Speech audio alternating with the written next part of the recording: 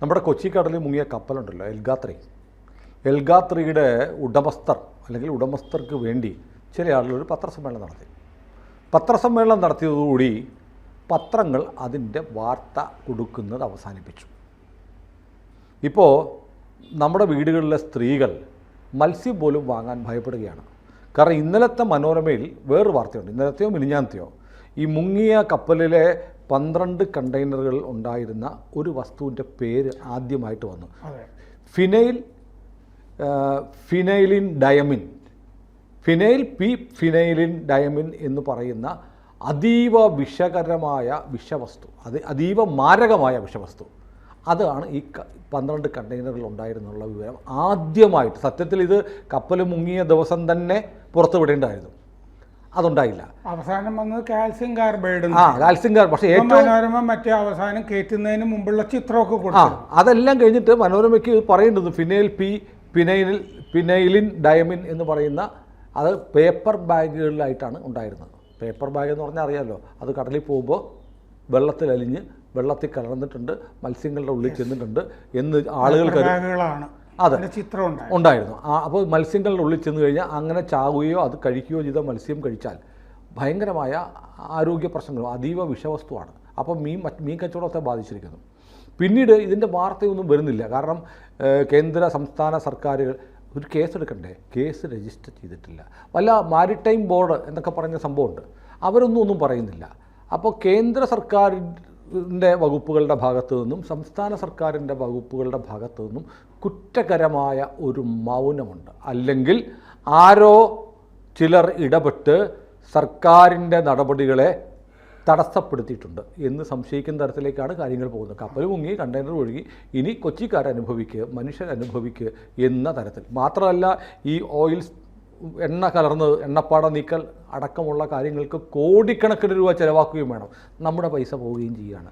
ഈ കപ്പൽ company insurance തുക കിട്ടാൻ വേണ്ടി 28 വർഷം കഴിഞ്ഞ ഈ യാത്ര കഴിഞ്ഞാൽ ഉടനെ ഡ്രൈ ഡോക്കിന് കയറ്റും എന്ന് പറഞ്ഞ കണ്ടം ചെയ്ത കപ്പലാണ് മുങ്ങിയത്.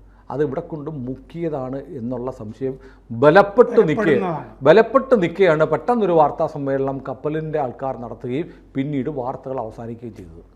അപ്പോൾ ഈ കപ്പലുമായി ബന്ധപ്പെട്ടിട്ടുള്ള ആഗോള ഈ ഷിപ്പിംഗ് രംഗത്ത് തന്നെ ധാരാളം തട്ടിപ്പുകളുണ്ട്. ഈ തട്ടിപ്പിൻ്റെ ഉത്തമ മാതൃകയാണ് ഈ കപ്പലിൻ്റെ കഥ.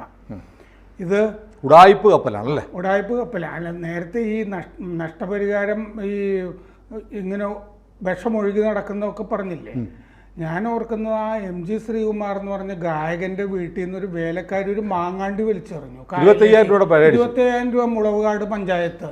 ഇത് കേരളത്തിനും, ഇതിപ്പോ തമിഴ്നാട്ടിൽ പോയിട്ടുണ്ടല്ലോ, കന്യാകുമാരിയിലും ഒക്കെ കണ്ടെയ്നർ പോയി അവിടെയൊക്കെ അടിഞ്ഞിട്ടുണ്ട്. ഇത് ഈ MSC എൽസ 3 എന്ന് പറയുന്ന കപ്പല് ലൈബീരിയ അന്വേഷണത്തിൽ പങ്കെടുക്കില്ല എന്ന് നമ്മളെ അറിയിച്ചിട്ടുണ്ട്. മാത്രമല്ല, ലൈബീരിയക്ക് അത് മറ്റു പലരും, ഈ രംഗത്തുള്ള പലരും നമ്മളെയും വിളിച്ചിരുന്നു, മറൈൻ മറ്റേ മർച്ചന്റ് നേവി ഷിപ്പിൽ പ്രവർത്തിക്കുന്നവരെ. കാരണം ലോകത്ത് ഏറ്റവും കൂടുതൽ ടാക്സ് കുറവുള്ള രാജ്യമായതുകൊണ്ട് ലൈബീരിയ അവിടെ കപ്പൽ രജിസ്റ്റർ ചെയ്യും. അതല്ലാതെ ലൈബീരിയ കൊണ്ടുപോയി രജിസ്റ്റർ ചെയ്യുന്ന ആണ് അവർ പറയുന്നുണ്ട്. അപ്പോൾ ലൈബീരിയ പതാകയുമായിട്ട് വന്നു. ആഗോള ഷിപ്പിംഗ് തട്ടിപ്പുകളുടെ ഒരു ഉദാഹരണമായിട്ട് 2000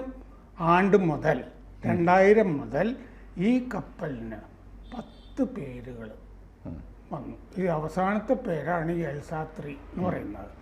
10 പേരുകളിൽ CSAV ബാർസിലോന, TMM ഹിദാൽഗോ, ഡെൽമാസ് ടൂറിലെ അലക്സാൻഡ്ര N, ഇതൊക്കെ 10 പേരുകളിൽ പെടും. പല പേരുകളിൽ ഇങ്ങനെ ഒഴുകി നടക്കുകയാണിത്. ലൈബീരിയയുടെയോ ജർമ്മനിയുടെയോ കൊടി ആണ് ഇതിൽ മാറി ഉണ്ടായിരിക്കുക. ലൈബ്രറിയിൽ രജിസ്റ്റർ ചെയ്താണല്ലോ. ഇതിൻ്റെ എപ്പോഴും ഇതിൻ്റെ ഒരു കച്ചവട സ്വത്വം അല്ലെങ്കിൽ നിയമസ്വത്വം ഇതിങ്ങനെ മാറിക്കൊണ്ടിരിക്കുന്ന പറയുന്നത്. ലീഗൽ ആയിട്ടുള്ള സംഗതി, കൊമേഴ്സ്യലും ഇതിങ്ങനെ മാറിക്കൊണ്ടേയിരിക്കും. ഇത് കപ്പൽ കച്ചവട രംഗത്ത് ഫ്ലാഗ് ഹോപ്പിംഗ് എന്നറിയപ്പെടുന്ന ഒരു തട്ടിപ്പാണ്.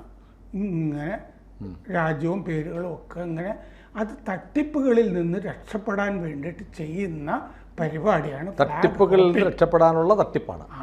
ഈ ഫ്ലാഗ് ഹോപ്പിംഗ്. പരിശോധനകളിൽ നിന്ന് രക്ഷപ്പെടാൻ, ബാധ്യതകളിൽ നിന്ന് രക്ഷപ്പെടാൻ, പിന്നെ കണ്ടം ചെയ്യണമല്ലോ വാർദ്ധക്യം വരുമ്പോൾ, അതിൽ നിന്ന് രക്ഷപ്പെടാൻ. പുതിയ പേര് വരുമ്പോൾ പുതിയ കപ്പലാണല്ലോ, പുതിയ പേരും പുതിയ രജിസ്ട്രേഷൻ. നമ്മുടെ കേരളത്തിൽ ഒരു ജ്വല്ലറി ഇതുപോലെ അൽ മുക്താദ് ഒരു ജ്വല്ലറി ഉണ്ടായിരുന്നില്ല. ആദ്യം ഒരു ജ്വല്ലറി തുടങ്ങും, 2 മാസം കഴിയുമ്പോൾ ആ ജ്വല്ലറിയുടെ ബോർഡിൽ ഒരു പേരോട് എഴുതിയിട്ട് അത് ഉദ്ഘാടനം ചെയ്യും. അങ്ങനെ അത് പത്രം കാണുന്നിട്ട് പത്രത്തിന് വലിയ പരസ്യം കൊടുക്കും. അത് കാണുന്നവർ കൊടുക്കണം, ഇവന്മാർ കൊള്ളാലോ, ആഴ്ചയ്ക്ക് അടുത്ത് ഇച്ചയ്ക്ക് പുതിയ ബ്രാഞ്ച്, ഒരേ ബ്രാഞ്ച് തന്നെ ഉദ്ഘാടനം ചെയ്തുകൊണ്ടിരുന്നത്. വേറെ സ്ഥലങ്ങളിലും ഒരേ ബ്രാഞ്ചുകൾ 5-6 ഉദ്ഘാടനം. ഒരു കട എടുക്കുക, കട തന്നെ. എന്നിട്ട് ആ കടയുടെ സൈഡിൽ ഒരു പേരൂടെ എഴുതും, അൽ മുക്താദറിന്റെ കൂടെ വേറൊരു സാധനം കൂടെ ചേർക്കുക. എന്നിട്ട് ആ പേര് വെച്ച് ഉദ്ഘാടനം, എന്നിട്ടൊരു ജാക്കറ്റ് പരസ്യം കൊടുക്കും. അപ്പോൾ മുമ്പ് പേരിടുമ്പോൾ കേസ് വന്നു കഴിഞ്ഞാൽ പേരിന്റെ മുകളിൽ ന്യൂ എന്ന് എഴുതിയാൽ എന്ന് പറയുന്ന പോലെയാണ്. പിന്നെ ഇതിന്റെ ഫ്ലാഗ് ഓഫ് ഇത് ഉടമയുടേതല്ലാത്ത രാജ്യത്ത് രജിസ്റ്റർ ചെയ്യുന്നത്, അതായത് ലൈബീരിയയിൽ കൊണ്ടുപോയി രജിസ്റ്റർ ചെയ്തു. അതിൽ തെറ്റൊന്നുമില്ല, അങ്ങനെ ചെയ്യാറുണ്ട്. ലൈബീരിയ, പാനമ, മാർഷൽ ഐലൻഡ്സ്, ഈ 3 സ്ഥലത്താണ് ഇങ്ങനെ കപ്പലുകൾ രജിസ്റ്റർ ചെയ്യുന്നത്, പൈസ കുറച്ച് കിട്ടാൻ വേണ്ടിയിട്ട്. ആ രാജ്യങ്ങളുടെ ഒരു വരുമാന മാർഗ്ഗമാണ് ഈ രജിസ്ട്രേഷൻ. വരുമാന മാർഗ്ഗമാണ്. UN ഈ ലോ ഓഫ് ദ സീ പ്രകാരം ഇത് തെറ്റല്ല. പക്ഷേ സുരക്ഷാ മാനദണ്ഡങ്ങൾ പാലിക്കുന്നുണ്ടോ ഈ കപ്പലുകൾ എന്നുള്ളത് ഈ രാജ്യങ്ങൾ നോക്കേണ്ടതാണ്. ഈ രാജ്യങ്ങളിൽ ആ നോട്ടമില്ല.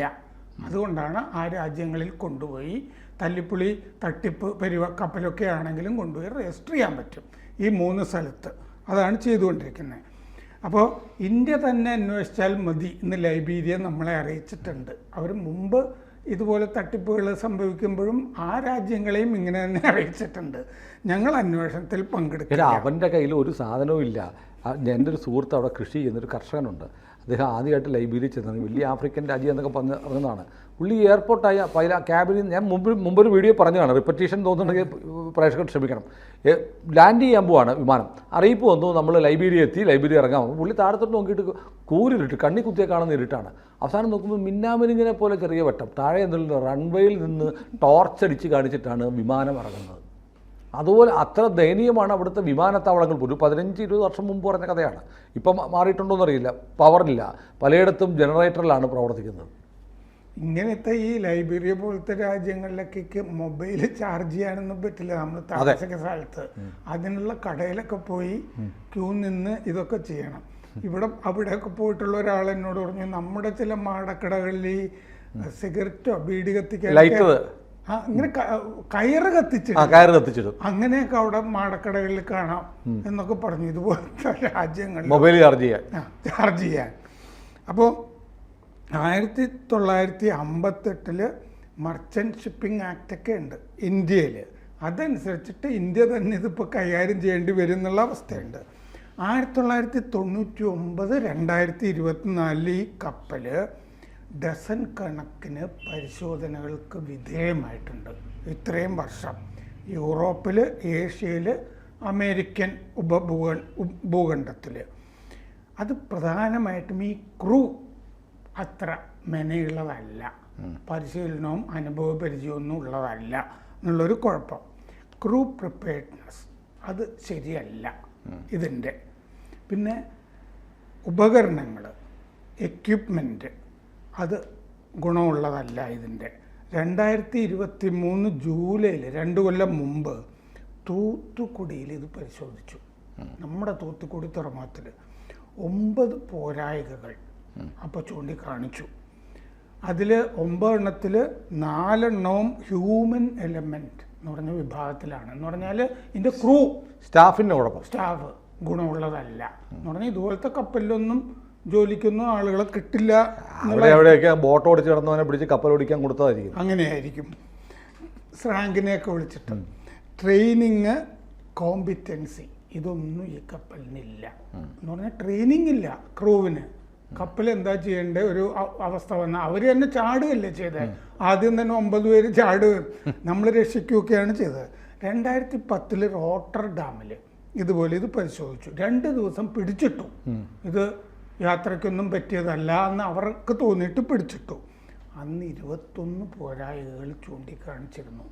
അത് ഈ കപ്പൽ വ്യവസായത്തിൽ അസാധാരണമാണെന്നാണ് പറയുന്നത്. 21 ഡെഫിഷ്യൻസീസ് ഇതിനുണ്ട് എന്നുള്ളത്.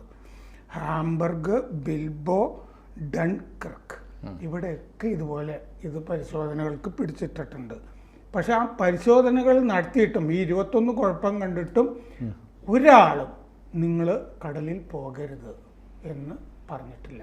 അതാണ് ഈ തട്ടിപ്പിന്റെ വേറൊരു എവിടെയോ കൊണ്ടുപോയി കുറച്ച് കാശ് കൊടുത്തു. മാരിടൈം ഏജൻസികൾ പോലെയുള്ള സാധനം ഉണ്ടല്ലോ, അവിടെ അവർക്ക് ബന്ധപ്പെട്ടവർക്ക് കാശ് കൊടുക്കും. ഓക്കെ, പൊക്കോ. അതെ, അത് ഉറപ്പ് കൊടുക്കും. ഈ ട്രിപ്പ് കഴിഞ്ഞാൽ അടുത്ത ട്രിപ്പിന് ഞങ്ങൾ ഡ്രൈ ഡോക്കെ കയറ്റും എന്ന് പറയും. ഇപ്പോഴും പറഞ്ഞങ്ങനെ ഇതങ്ങ് തീർന്നിരുന്നെങ്കിൽ ഞങ്ങൾ നന്നാക്കാൻ കയറ്റാൻ ഇരിക്കുകയായിരുന്നു. ഇത് കഴിഞ്ഞിട്ട് വർക്ക്ഷോപ്പിൽ കയറ്റണം എന്നുള്ളത്. അതാണ് മെയ് വരെ ഇത് ഇൻഷൂർ ചെയ്തിട്ടുണ്ട്. ഇത് സ്റ്റീംഷിപ്പ് ഈ കഴിഞ്ഞ മെയ് വരെ. അതെ, സ്റ്റീംഷിപ്പ് അവ കൃത്യമായി ഇൻഷുറൻസ് തീരുന്നതിന് മുമ്പ് തന്നെ മുങ്ങി. കറക്റ്റ്. സ്റ്റീംഷിപ്പ് മ്യൂച്വൽ എന്ന് പറഞ്ഞ കമ്പനിയാണ് ഏറ്റവും ഒടുവിൽ ഇൻഷൂർ ചെയ്തിരിക്കുന്നത്. ആ ഇൻഷുറൻസ് കാലാവധി കഴിഞ്ഞു. ഇതിൻ്റെ ജൂണായപ്പോൾ കഴിഞ്ഞു. അപ്പോൾ ആ പ്രശ്നം ലൈബീരിയ, സ്വിറ്റ്സർലൻഡ്, ഇന്ത്യ ഈ 3 രാജ്യങ്ങളും കൂടിയാണ് ചെയ്യേണ്ടത്. എന്താണെന്ന് വെച്ചാൽ ഉടമയുടെ കമ്പനി സ്വിറ്റ്സർലൻഡിലാണ്. ഈ കപ്പലിൻ്റെ ഉടമയുടെ. ലൈബീരിയയിൽ പങ്കെടുക്കുന്നില്ല.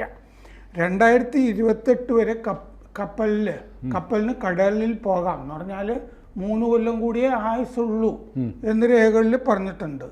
2028 വരെ കടലിൽ പോകാം എന്ന് സർട്ടിഫിക്കറ്റ് കൊടുത്തിട്ടും അത് മുങ്ങിപ്പോയി എന്ന് പറഞ്ഞാൽ അതിന്റെ അവസ്ഥ പരിതാപകരമായിരുന്നു. സർട്ടിഫിക്കറ്റ് ഒപ്പിച്ചതാണ്.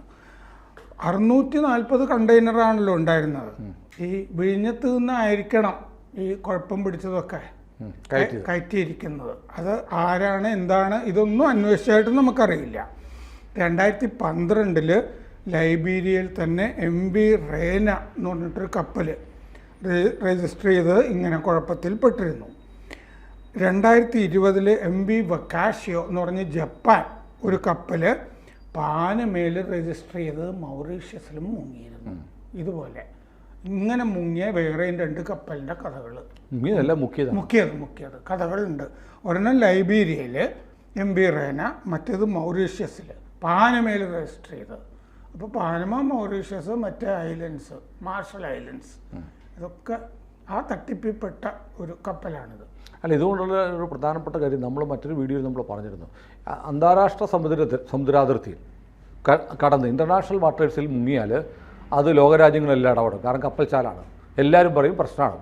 അതുകൊണ്ട് ഏതെങ്കിലും ഒരു രാജ്യത്ത് കൊണ്ട് പണ്ട് ഈ ഉപേക്ഷിക്കപ്പെടുന്ന അപകടകരമായ വസ്തുക്കളൊക്കെ 3ാം ലോക രാജ്യങ്ങളിൽ കൊണ്ട് തട്ടും എന്ന് കേട്ടിട്ടുണ്ട്, അമേരിക്കയൊക്കെ എന്ന് പറയുന്ന പോലെ. പിന്നെ ഈ മനുഷ്യൻ്റെ ജഡം വരുമ്പോൾ അപ്പുറത്തെ പോലീസ് സ്റ്റേഷൻ എന്ന് പറയുന്ന പോലെ. അപ്പോൾ ഇന്ത്യയുടെ അതിർത്തി കൊണ്ട് കപ്പൽ മുങ്ങിക്കഴിഞ്ഞാൽ പിന്നെ ഇന്ത്യയുടെ തലവേദനയായി. അങ്ങനെ ആ തലവേദന നമ്മുടെ കടലിൽ കൊണ്ട് മുക്കി. ഇനി നമ്മുടെ പ്രാരാബ്ധമാണ് ഇത് കപ്പൽച്ചാലിൽ വരാതെ നോക്കണം, ഒഴുകി പോവാതിരിക്കണം, അതിൽ നിന്നുള്ള മാലിന്യം നീക്കൽ. സ്വിറ്റ്സർലൻഡിലെ ഉടമയ്ക്കെതിരെ കേസ് കൊടുക്കണം. നമ്മുടെ തലയിലോട്ട് കണ്ടം ചെയ്ത സാധനം മുക്കി ഇന്ത്യയുടെ കടലിലേക്ക് ഇട്ട് തന്നു. ഇനി തലവേദന ഇന്ത്യക്കാണ്. അയാൾക്ക് ഈ മെയ് വരെ ഉള്ളത് കൊണ്ട് ഇൻഷുറൻസ് കിട്ടും ഉറപ്പായി. മെയ് വരെ ഉണ്ടായിരുന്നതുകൊണ്ട് ഇന്ന് ജൂൺ 3 കാരണം അതിനൊക്കെ അഡ്ജസ്റ്റ്മെന്റ് ഉണ്ടല്ലോ. അതെ, ഇത്രയും കിട്ടുന്നതിന് ഇത്ര ആൾക്ക് ചെയ്തു കൊടുക്കുന്ന ആൾക്ക് എന്നൊക്കെ പറഞ്ഞ് അഡ്ജസ്റ്റ്മെന്റും കാണും. ഏതായാലും കേരളത്തിലെ സർക്കാർ വകുപ്പുകളും സമുദ്രയാത്രയുമായി ബന്ധപ്പെട്ട സർക്കാർ വകുപ്പുകളും പോലീസും കേന്ദ്രത്തിലെ സമുദ്രയാത്രയുമായി ബന്ധപ്പെട്ട വകുപ്പുകളും ഇതിനെതിരെ ഇതുവരെ ഒരു നടപടി എടുത്തതായി കണ്ടിട്ടില്ല. ഒരു അന്വേഷണം പോലും പ്രഖ്യാപിച്ചതായിട്ട് കണ്ടിട്ടില്ല. ഒരു കേസും എടുത്തിട്ടില്ല. മിനിമം ഈ ദുരൂഹമായ സാഹചര്യത്തിൽ നടന്നതിൻ്റെ പേരിൽ കോസ്റ്റൽ പോലീസെങ്കിലും ഒരു കേസ് എടുക്കേണ്ടതായിരുന്നു. അതും നടന്നില്ല. കപ്പൽ മാത്രമല്ല, കപ്പലിൻ്റെ കേസും മുക്കി. കൂടുതൽ വാർത്തകളും വിശേഷങ്ങളും നിങ്ങളിലേക്ക് എത്താൻ ABC മലയാളം സബ്സ്ക്രൈബ് ചെയ്യുക, ബെൽ ബട്ടണും അമർത്തുക.